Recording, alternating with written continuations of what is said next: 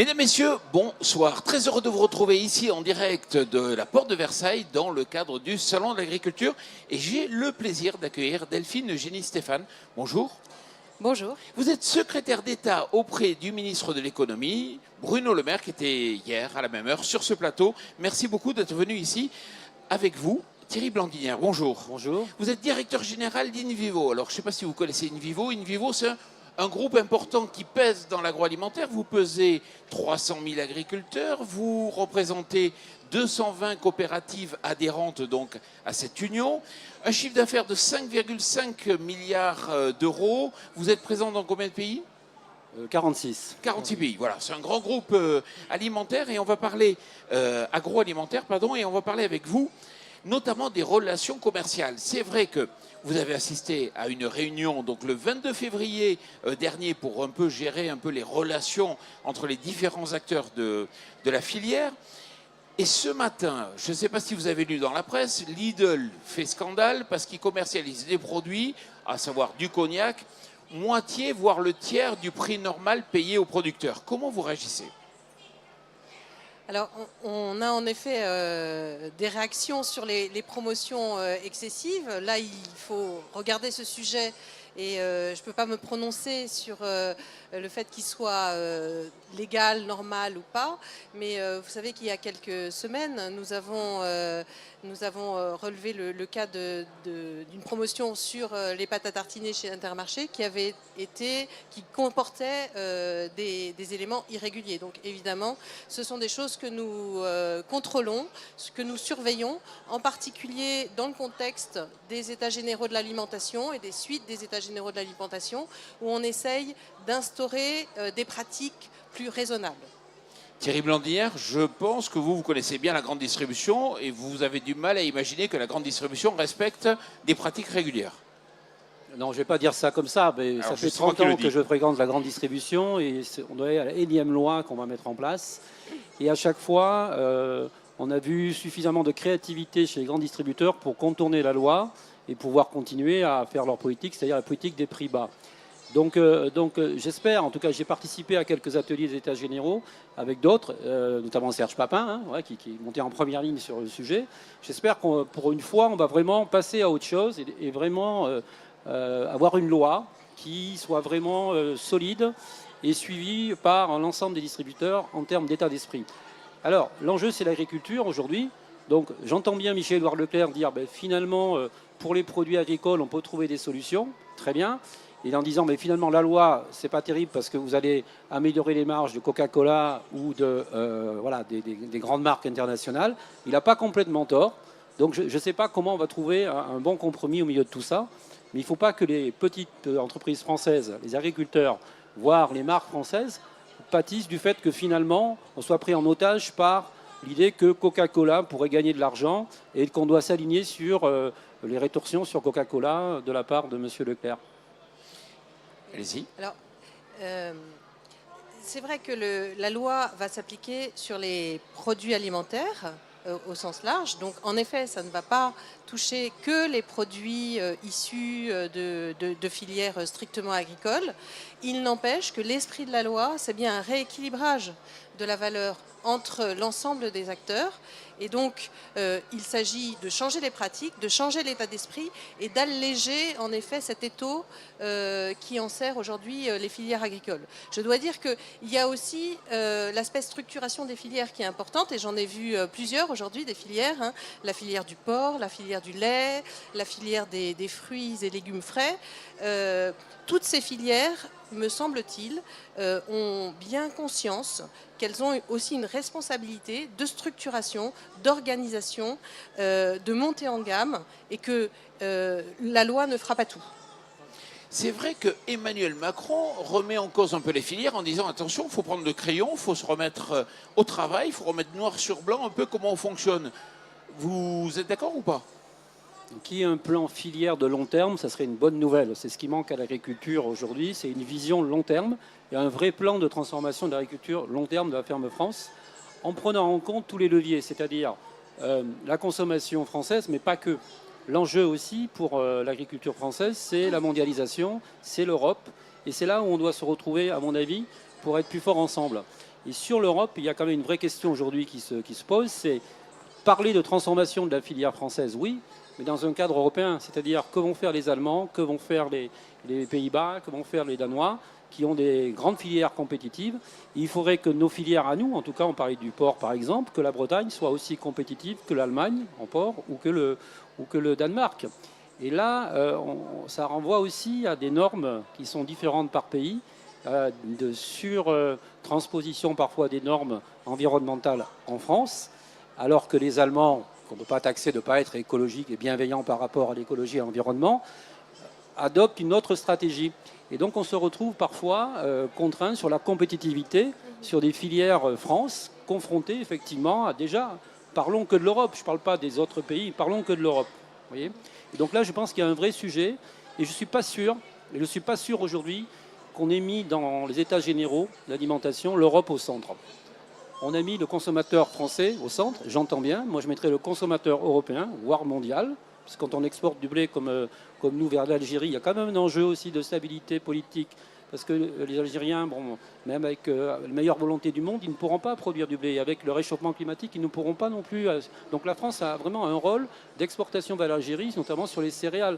Et tout ça, c'est un écosystème, on va dire, sur l'axe méditerranéen, sur l'Europe, qui n'est pas assez pris en compte, il me semble, dans le plan de transformation de la ferme France.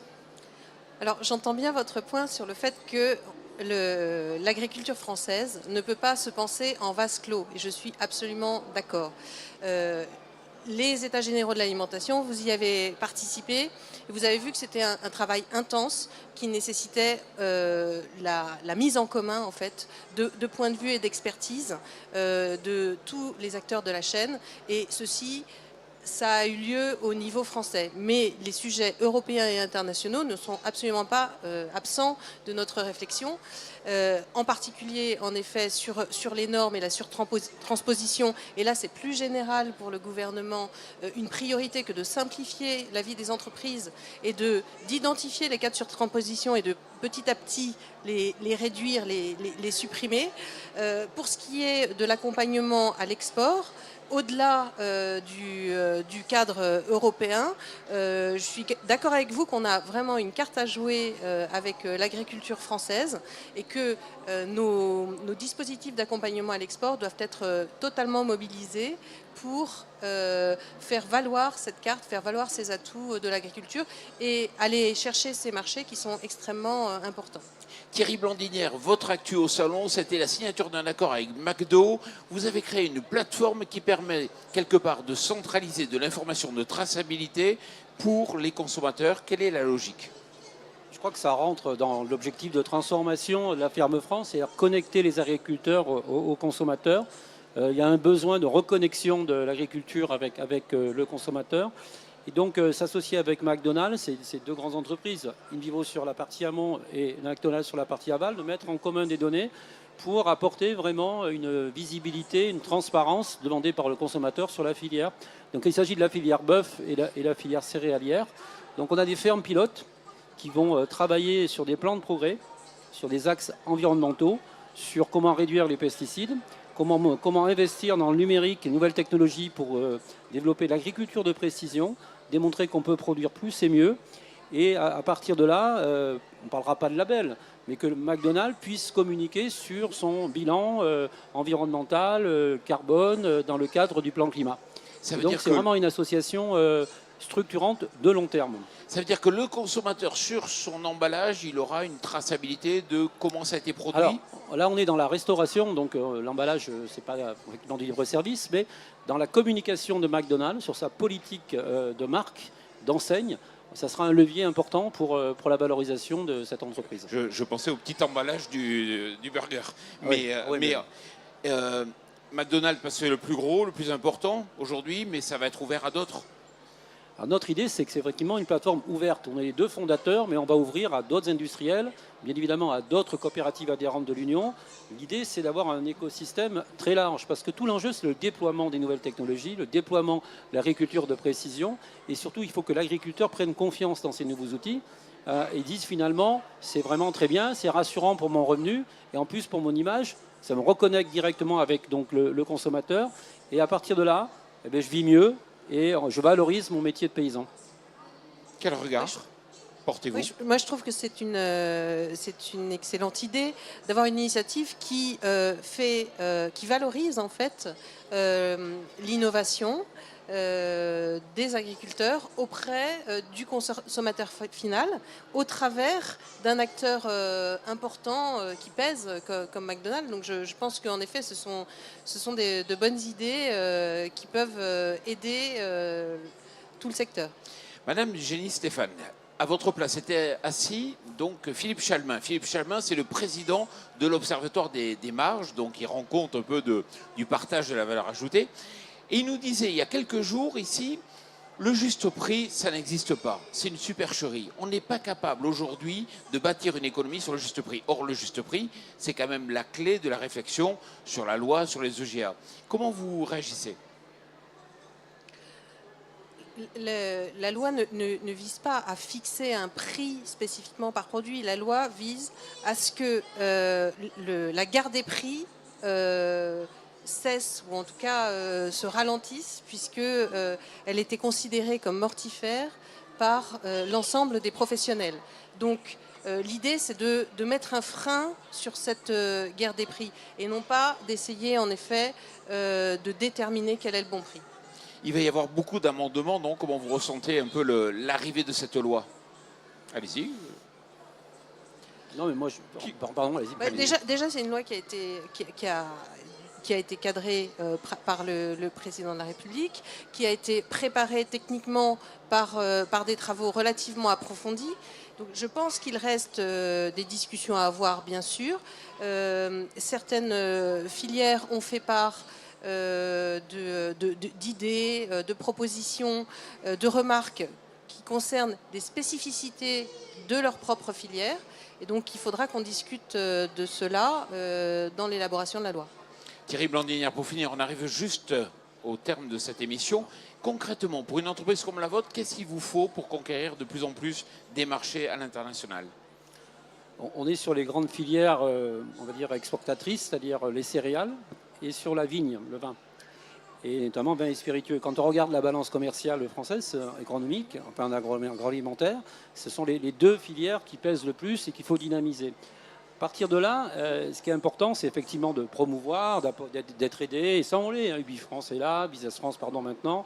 On sait que ça a beaucoup bougé au niveau des ambassadeurs qui sont beaucoup plus économiques et qui font de la diplomatie économique, et bravo. D'ailleurs, on ouvre, nous, un bistrot à la française à Singapour le 21 mars qui s'appelle SoFrance, donc qui fait la promotion de tous les produits français. Donc c'est une première étape pour parler de la France à l'international, avec la région d'Aquitaine, mais aussi avec d'autres régions. C'est une inauguration qui a lieu le 21 mars, notamment.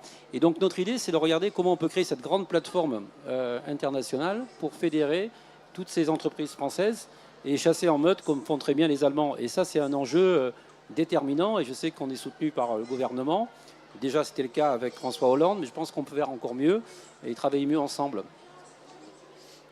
Volontiers, ça me paraît être une priorité, en effet, pour les prochains mois. Surtout que vous étiez dans le privé au préalable, vous étiez chez Saint-Gobain, donc vous connaissez bien cette volonté d'aller à l'export. Oui, et je crois que ce qui est important, c'est en effet de pouvoir créer une dynamique collective.